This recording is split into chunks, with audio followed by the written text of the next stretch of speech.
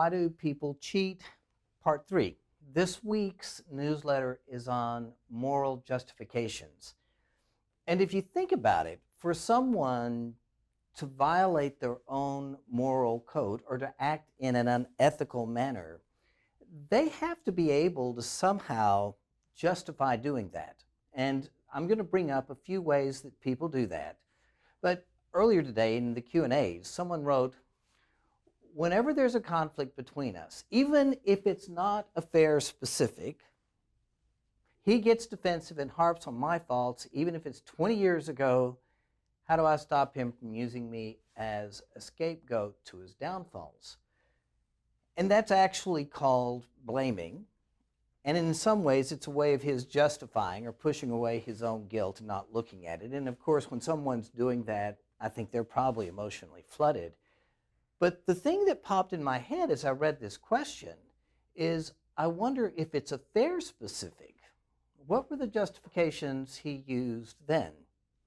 Was he blaming her for his particular behavior?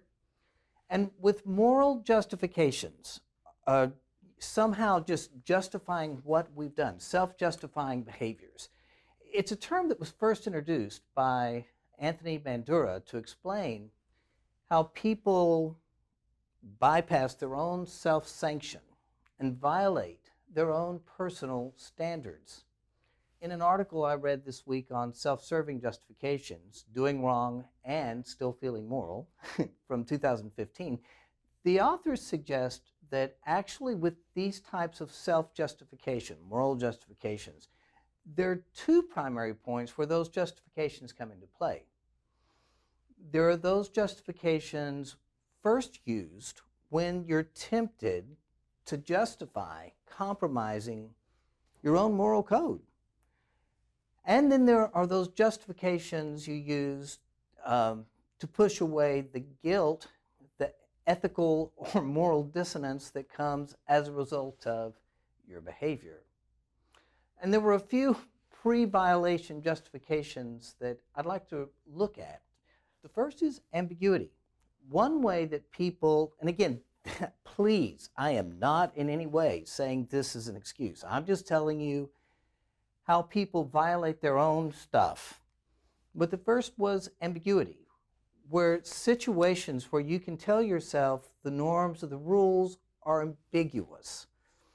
Those types of situations, if you can create that reality in your mind, are really ripe for pre-violation justifications.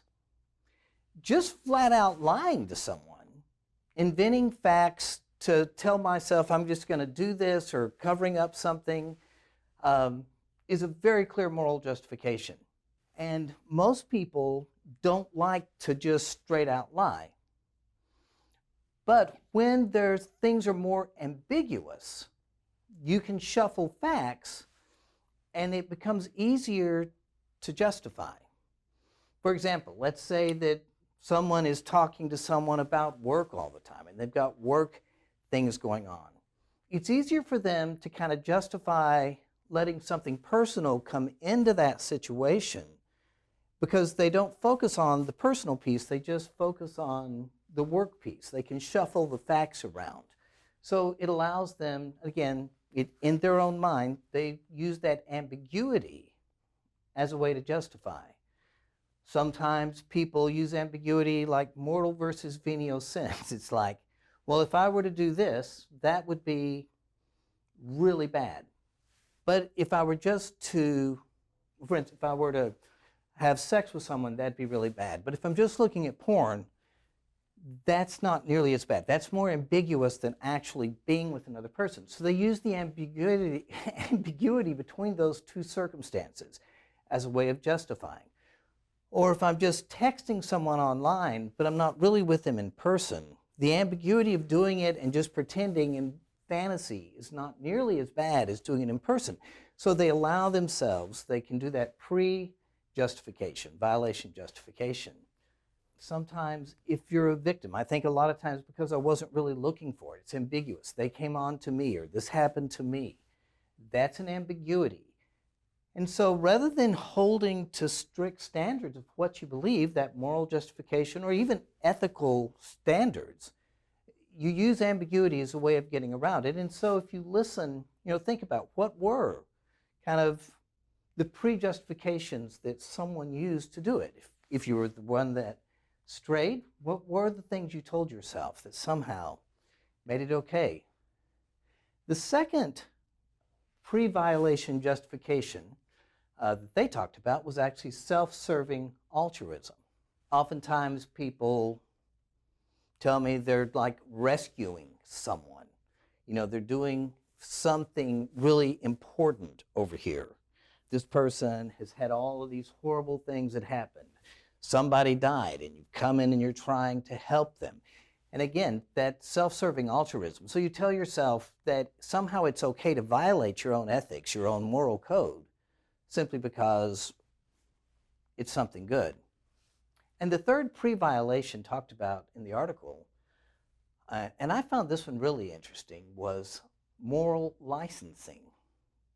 And that's where people will justify their misdeeds, their misbehaviors, before indulging in them by considering how good they've been. So a lot of times if someone's lived a very moral and upright life, somehow it feels okay to do this behavior because they've already been so good. It's almost like their goodness, all of their good acts, somehow entitle them to act immorally in another situation. And the good works somehow shield them from feeling bad about violating their own morality. And sadly, I think I see that one a whole lot in the church community, where someone feels like, I've been a really good girl, I've done this, or I've been a really good guy. And then they just justify it because of how good they've been. This isn't so bad as a result of this. It's like the balance scale type of routine. Again, something to consider. As you think about if you've been the wayward spouse, what were you telling yourself? Was it because you thought you had really been good?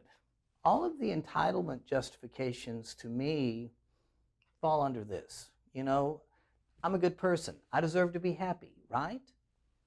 And time again, I've heard people, does God want me to be miserable?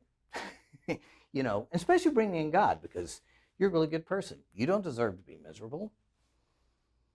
And in the post-violation, I think one of the most common justifications that I witness is what they refer to as distancing.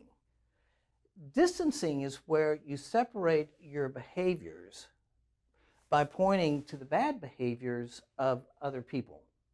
I see this one all the time when I've got someone who's got a problem perhaps with porn, and so suddenly they're going off on everybody who ever has used porn. And as long as I can see, instead of feeling bad about what I've done to you in the marriage, I distance myself from my unfaithful, kind of my immoral behavior by talking about how you were a lousy mate, or somehow how you never really loved me, and you did this, and you did that, and you didn't have sex with me enough.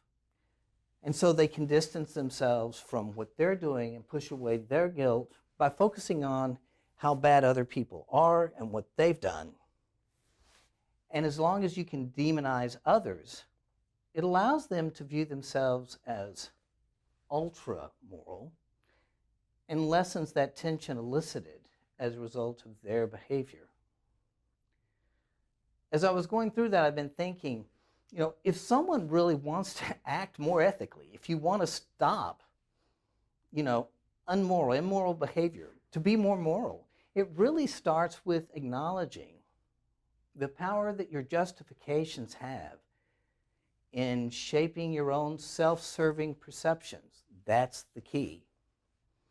Taming our drive to justify our behavior, I think, is the right path to ethical and moral conduct, to healing.